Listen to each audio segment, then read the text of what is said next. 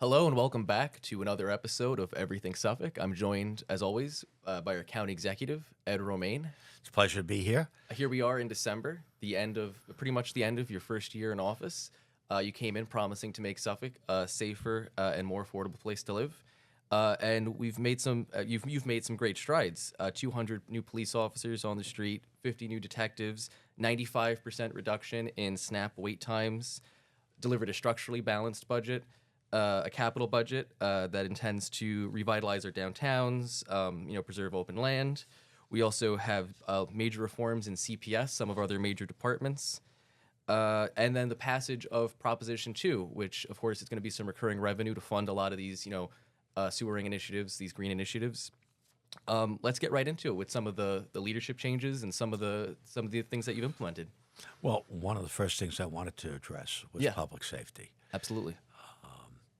I do budgeting a little bit differently than my predecessor. He used to put jobs in the budget and tax people, but not fill the jobs for some strange reason.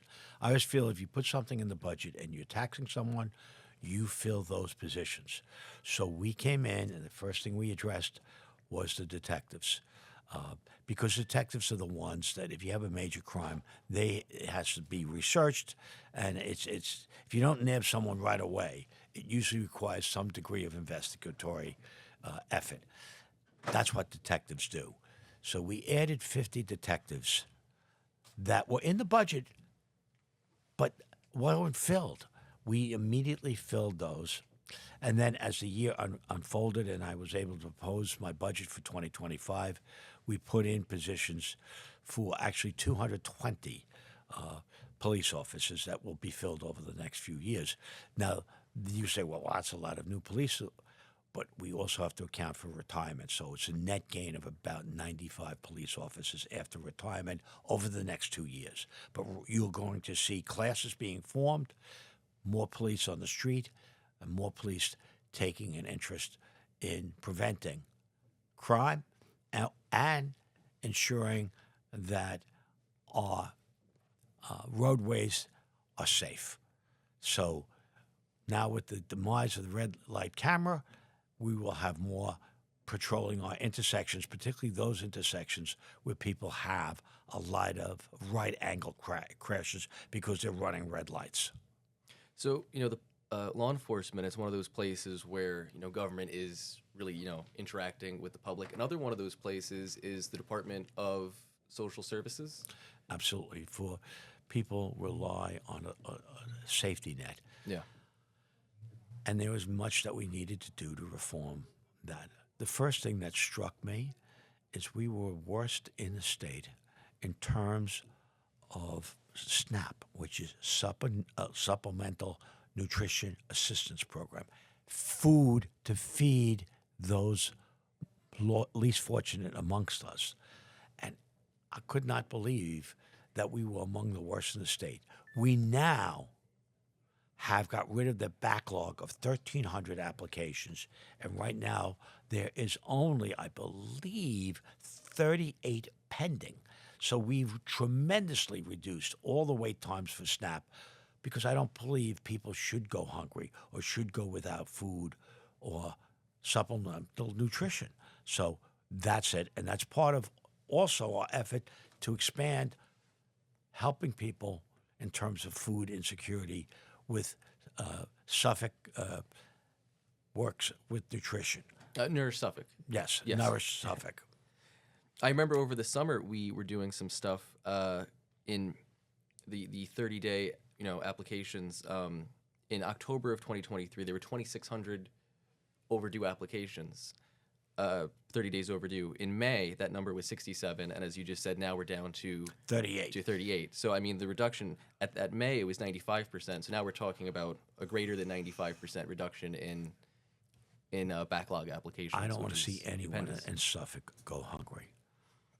We're a very wealthy country. Yeah. We should not allow people to go hungry in this country.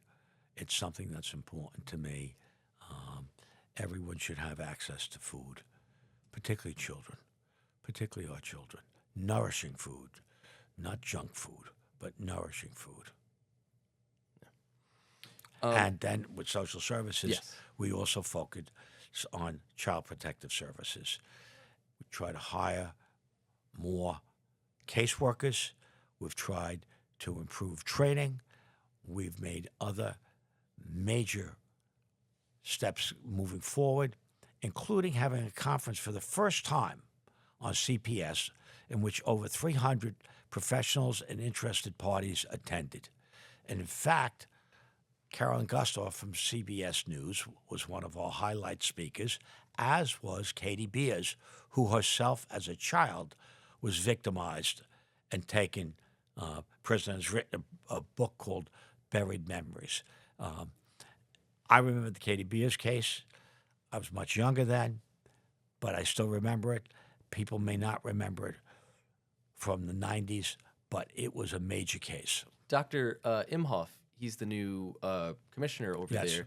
I remember recalling him mentioned he's implementing the blind policy for child removals. Yes. It was supposed to be implemented years prior. There's some other policies he's been implementing.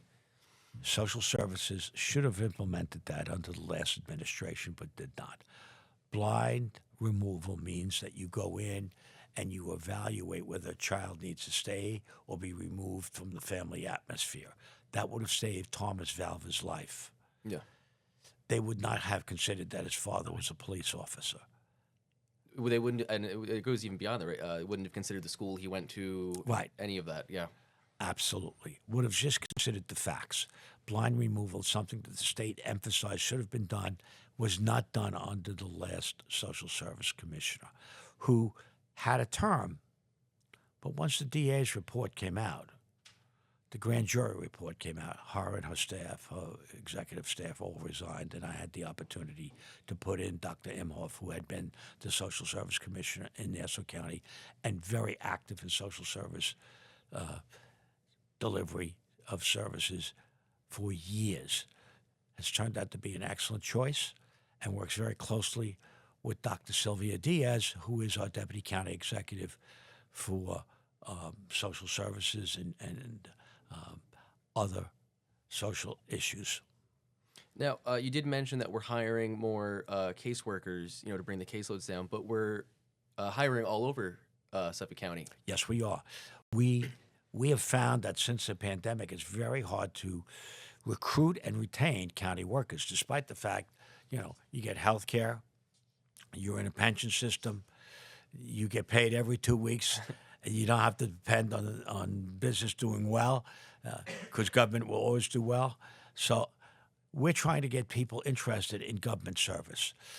We're obviously doing a salary study because we're going to evaluate our studies carefully to make sure that salaries are commensurate with attracting people to government service. Government service is important. We want to have the top-notch people that we possibly can recruit.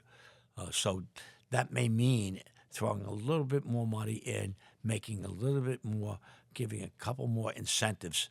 So there are a lot of things that we're looking to do to recruit people to county service. And then, obviously that goes within the budget. We talked about staying within the tax cap. And what does that mean for those who may not know what the tax cap is? Tax cap was something that was adopted by the state that said you cannot raise taxes beyond this amount unless you have a supermajority that does that. Okay. And the tax cap is usually 2%, but there's been years that, believe me, because I was there were years that it was less than 2%. Yeah. And we had to struggle, particularly when I was supervisor in Brookhaven Town. I never violated the tax cap as supervisor of the town of Brookhaven, and I have told residents of Suffolk I will not violate the tax cap here. Now, unfortunately, this was a very bad year because the state always has these mandates. Great ideas, sounds great. Let's the counties and towns pay for it, not the state. Yeah. So they enact legislation, we're stuck with the bill. It's so good, you should do it. Yeah, thank you so much. One of the things they enacted was a change in the pension system for Tier 6, which is very expensive, and all municipalities got impacted by that. The other thing is that healthcare costs went through the roof this year for a variety of different reasons. 8 of the 10 towns violated the tax cap because could not manage a budget staying under the tax cap. In Suffolk County, we stayed under the tax cap and will continue to do so no matter how difficult it can become because we realize the burden that property taxes impose on our residents, and we want to keep that at a reasonable rate, which is staying under the tax cap. And the markets have responded pretty positively to the way you've been doing budgeting. All three rating agencies have increased the rating for general obligation bonds that are out with Suffolk. We've got 4 upgrades this year, Yeah. which is very helpful. And they all point to the way you do the budgeting, the way the forecasting works. Some of these internal changes that might seem mundane, they've had big consequences. Well, no one likes to look behind the curtain. No. But behind the curtain, we have a lot of qualified, capable people, starting with my deputy county executive for finance, Christine Capabianco, who had been the chief deputy county comptroller for 12 years and then became, for I think the last 10 or 11 years, the top deputy at our health department, which is one of our largest departments. Very competent. We have a very competent budget director in Patricia Saunders. Our deputy is very competent. We have very competent people. We worked very hard on this budget to stay under the tax cap and yet provide enough revenue to do all the tasks that we have been given. There are things that are growing. We have a growing need in terms of social service needs. And that's something that we're watching very carefully, a growing need in terms of mental health, growing need for our health clinics. So we're being asked to do more. And government has to because we're the last resort. So we have to be very careful how we budget to make sure that we have sufficient funds to answer the needs of the general public. And then some of the bigger items that we talk about, downtown improvements, some of the police equipment, open space, that's all going to be found in the capital budget where a lot of, I believe it's the biggest capital budget in Suffolk's. So much of the infrastructure of this county Yeah. was ignored for the last 12 years under the prior administration. It's like they didn't want to invest in the future of Suffolk. I put forward the largest capital budget in Suffolk's history this past May and June. But everyone understood, anyone that followed government understood why. We have 18 legislators. Other people have used the word contentious when they've talked about them because getting all 18 together on one page is somewhat difficult. Not this time. This capital budget was passed unanimously because they all understood the need to start investing in our future. Likewise, when I put forward my operating budget that stayed within the tax cap, it was passed unanimously with one abstention, but unanimous because everyone that voted on it that didn't abstain voted yes. So even the legislators, and they are bipartisan because there's Democrats, Republicans, and conservatives in that legislature, they all understood the need for the future of this county. I do not govern this county alone. I'm a county executive, but I depend on 18 county legislators representing 18 separate districts to come together. And together, we jointly govern this county. I listen very carefully to the legislature and try to work very closely with them. And I've had great success this year, and I have to say we've worked very closely with them and we'll continue to do so. And now we talk about investing in our future, but a lot of investing in our future involves preserving our past and some of our legacy industries, like farmland, some of our natural resources, so that we can enjoy them in the future. This year, Suffolk County closed on 246 acres of open space and farmland. And that's not even including the money that we've had in this next year's capital budget, which you've increased from 10 to 15 million for farmland preservation. That would be a bad year for me as a legislator. I would do several hundred acres each and every year. When I was a county legislator, the second time, because I served 2 separate times, the second time when I represented the North Fork, Shelter Island, and Eastern Brookhaven, I bought more land in my district and preserve more farmland than the other 17 legislators combined. I am a great believer in open space And I'm an even greater believer in preserving our farmland. We're watching too much of our farmland disappear. We don't need additional developments. We need our farmland out there. Without farmers, we don't have food. We used to be, at one point, the number one agricultural county in this state. Now, obviously, you would scratch your head when you think about Suffolk, and we'd probably fall on a space or two. We're probably down to the second or third or fourth place because upstate counties still do a great deal of farming, and some of our farmland has disappeared and been developed. My goal is to save as much as we possibly can. And even when it comes to saving farmland, you don't just want to save a little bit. You need to save enough to make it economical, right? Right. Not only that, because if you don't have that, farmers depend on equipment, Yeah. seed, etc. Without that critical mass, you're going to see farmland diminish at a greater percentage, and you're going to see a loss of raising crops that we do now. I want to maintain as much farmland as we possibly can in Suffolk County. And then also, kind of related to this, Proposition 2. Yes. Proposition 2 said we're going to add an eighth of a percent, okay? An eighth of a percent in sales tax and put it aside to either do sewers or where areas where you can't do sewers to do alternative denitrification systems for individual lots. And that money is a 50-50 split. 50-50 split right now. It wasn't originally, it was a 75-25 split with only 25% going to sewers. I'm saying, don't do that. I used to represent the East End. You're not going to see that many places, because even out east they need sewers. So you go to Montauk or you go to Southampton or you go to Hampton Bays or West Hampton, they all need sewers.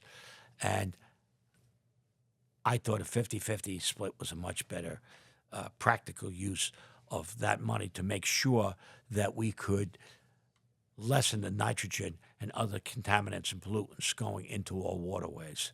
And I'm looking to do sewers that are tertiary, that recharge our aquifer, because I'm not only concerned about our water quality, I'm concerned about our water quantity in the years to come. With the sewer, and one thing about Proposition 2, it's that recurring revenue, right? That's the key of it. The state allowed us to take that eighth of a percent. That's 8 pennies for, what, $100. It's not a lot of money, but it adds up. And they gave us the right to do that through 2060, which means we could bond against that if we had to borrow money to get it done now, because it's probably cheaper now than it will be later. So that's something we're working on. We have several sewer projects underway. We are going to be putting sewers in, and the sewers are going to take the wastewater, treat it, and then filter it back to the earth. So there's the environmental aspect of sewers and IA systems, but then there's also the economic impact. Well, there's a huge economic impact because you can't build much because of the health department restrictions. But if you have sewers, you're capable of doing a lot more. This will help particularly our downtown areas. So it's crucial for them. There's an environmental, but there's also an economic impact. And I cannot wait to see these projects underway. We have several projects underway. One of the projects I had the great fortune to cut a ribbon on was for Central Islip. They had completed a sewer project on Carlton Avenue, which is the main strip, so to speak, in Central Islip. The state contributed majorly to that because of a downtown revitalization grant that the state gave for Central Islip, but the county contributed $1.8 million. That's great. I'd like to see other communities done, communities like Brentwood and Oakdale, Sayville, expand what we're doing in Patchogue, North Belport. There's a whole host of communities, Selden, Center Reach. Everyone would like to see this, and we want to have a cleaner, more hopeful future for our water quality and for our aquifer. Now, we do have some existing sewer infrastructure, but it's not stagnant. We're doing water reuse now Yes. at Bergen Point. I know we just Bergen did something Point is there. better known as the headquarters of the Southwest Sewer District. Yep. Most of our sewers that were built in years past discharge to bodies of water. Southwest Sewer is our biggest sewer district, and it just treats the effluent, but it sends it out through a pipe a mile out to the ocean. What do you think that's doing to our aquifer and our underground water? It's draining that. The more we drain it, what seeps in? Salt water. That's what's happening in Nassau County. We don't want to see that. That's why all future sewage treatment plants that we build will be tertiary, which means that it will take the treated effluent and filter it back so that it recharges the aquifer and that we're not sending it out to the ocean or Long Island Sound. So, for example, Port Jefferson and Stony Brook, their sewage treatment plants discharge the Sound. I want to stop that. But we're taking some of the effluent from the Southwest Sewer District, treating it, and then putting it on our golf course. That means we don't have to irrigate it or fertilize our golf course. We save a great deal of water. So I am interested in water reuse or water saving problem. For example, one thing that the county owns is Duck Stadium. It had all grass. We did a couple 100,000 gallons of water to keep that grass growing, plus fertilizer. We are now replacing that with turf, which the major sports fields have. We will save a ton of water and fertilizer that will not go into the aquifer by doing that. So I'm looking for ways to protect our aquifer, to recharge our aquifer. Absolutely. And then even in that Bergen Point, there was one thing about it that makes it a little different. Using the treated effluent in the internal plant mechanisms, Yes. which apparently, I think the numbers, it has 5 times the saving capabilities of reusing cutting down on. Saving money, Yeah. protecting the environment. 2 things, top priorities for me and this administration. Now we also we do have the centralized grant office. That's an initiative of yours to centralize procurement. Everyone was working on a grant, and they weren't coordinating with one another, and sometimes they worked at cross purposes. I want to bring all of our grant writing under one roof so that we can focus. We have people that lobby for us in Albany, and we have people that lobby for us in Washington, because there's a lot of grants out there, and we want to make ourselves eligible, because the more we can bring in grants, the less we have to ask the taxpayers for, and the more we can get done to improve life here in Suffolk County. So yes, we have a centralized grants office. I'm hoping that will show results, and we will be able to bring grant money in that will improve things in Suffolk County. One of the grants we got, it's not, I don't know, not necessarily through the centralized grant office, coastline restoration with the FEMA, New York State FEMA grant for those 3 southern county parks. Yes, Can we talk about the importance of coastline restoration and what those projects bring? we live on an island. I have to say that again because sometimes we forget that, but we live on an island. We are surrounded by water. Our coastline are critical. We live in a time of climate change. But regardless of what people say or whatever caused it, people can debate that. But the bottom line is every year our water levels are rising and threatening our islands, be it our barrier islands such as Fire Island or our main island. I know in low-lying areas, for example, taking a perfect example is Mastic Beach, that water levels were rising every year. And as town supervisor, we made a decision to buy up all the wetlands we possibly could. And we knocked down a few cottages or summer homes there to make sure that we could preserve the wetlands, because they act as a sponge. Because we are concerned about rising levels, and we're concerned about the next storm, particularly a hurricane, which is a major threat to this island. So I am very worried about that. And then talking about investing in the county, elections are a vital function of government.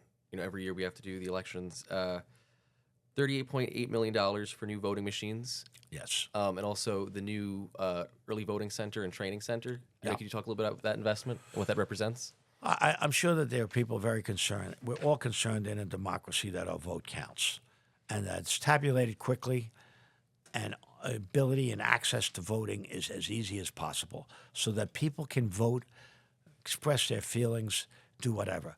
Suffolk County has an excellent Board of Elections, very professional. And I was asked before the elections, are you concerned about the outcome in terms of it being fair and safe? I said, absolutely not, because Suffolk has invested. We're buying $38 million worth of new voting machines. We invested in a voting center. So we are working to make sure that our elections are fair, safe, and that you can count on the results. So I believe we're running out of time, but before we end, is there any more priorities you have for how to make Suffolk a safer and more affordable place? Yes. There's a lot of work to be done. We have to make sure that our county employees have the best facilities to work in, which is not always the case. It wasn't the case when we moved in here on the 12th floor. We are trying to improve working conditions so we can recruit and retain people. I think for the future of the county, the most important thing is that we respond to the needs of the constituents, that we make sure that our call center, which we've improved tremendously, used to have a wait time, a huge wait time. I don't want to say it because it would be embarrassing to think that anyone would let a wait time like that happen. Now our wait time is much short, a couple million minutes at most. And most of the time, you don't even have to wait at all. But it's important to have a call center where someone can call one number. In this case, it's 311, right? Or what's the other number that people can call? I don't know. Well, that's the next podcast is we're going to talk how to get in touch with county government. And everyone should know that they have a legislator. So everyone should know they can contact their county legislative office and you can get help right away. But you can also call 311, our call center. And we have operators there whose only job is to help you and make sure you get transferred to the right department. Not that we're guessing where we're sending you or you're on hold forever. I want to make sure that we are as responsive as we possibly can to the citizens of this county and to whatever their needs are, whether we think it's valid or not, they think it's valid. So we have to have a system that addresses those concerns. All right. Well, County Executive, thank you for your time. Thank you. Thank you, everyone, for listening.